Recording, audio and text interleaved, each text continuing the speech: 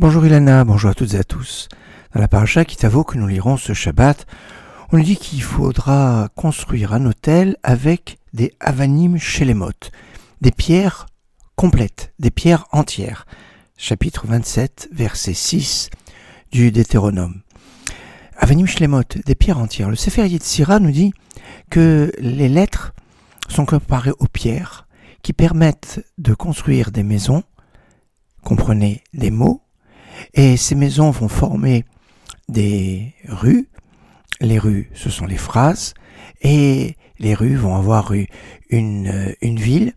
La ville, ce sera tout le texte de la prière. Ainsi, il y a ici une allusion à travers les mots, les pierres, qui sont l'expression qui doit être shlemot, entière, complète. C'est une invitation, je dirais, à être particulièrement attentif à notre façon de prononcer notre prière, de ne pas avaler les mots ou les lettres, de ne pas les transformer, de ne pas les couper, de ne pas escamoter la fin ou le début, de faire de telle sorte à ce qu'elles puissent être exprimées suivant les règles de la grammaire et les règles de la syntaxe, de savoir relier les mots les uns avec les autres. C'est ce qui nous permet de faire les ta'amim, les accents musicaux que l'on trouve dans le texte de la Torah ou des prophètes ou des hagiographes parmi les Teilim.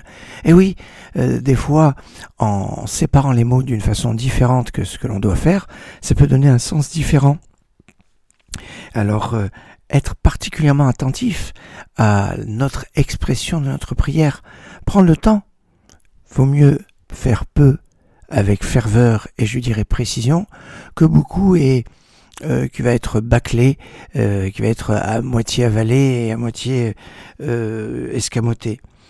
C'est remarquable parce que la prière en elle-même a sa place, mais elle est aussi en remplacement des corbanotes, des sacrifices. Les sacrifices qui étaient offerts sur l'autel. L'autel se dit misbéach en hébreu.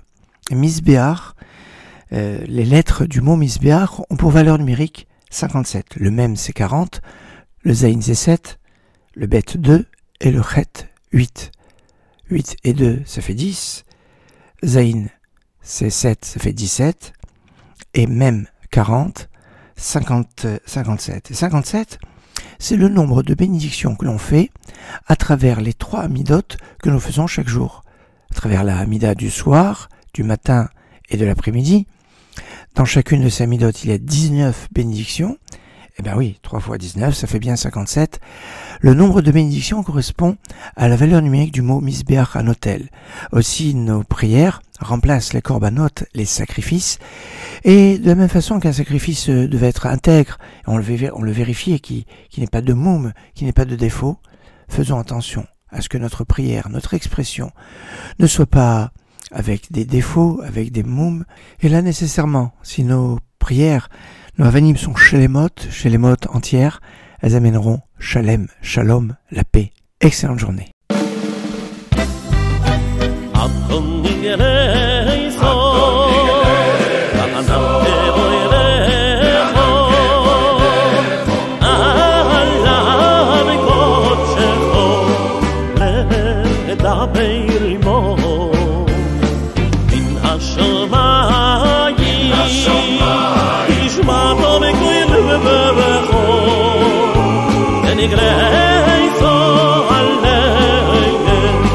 Arper lito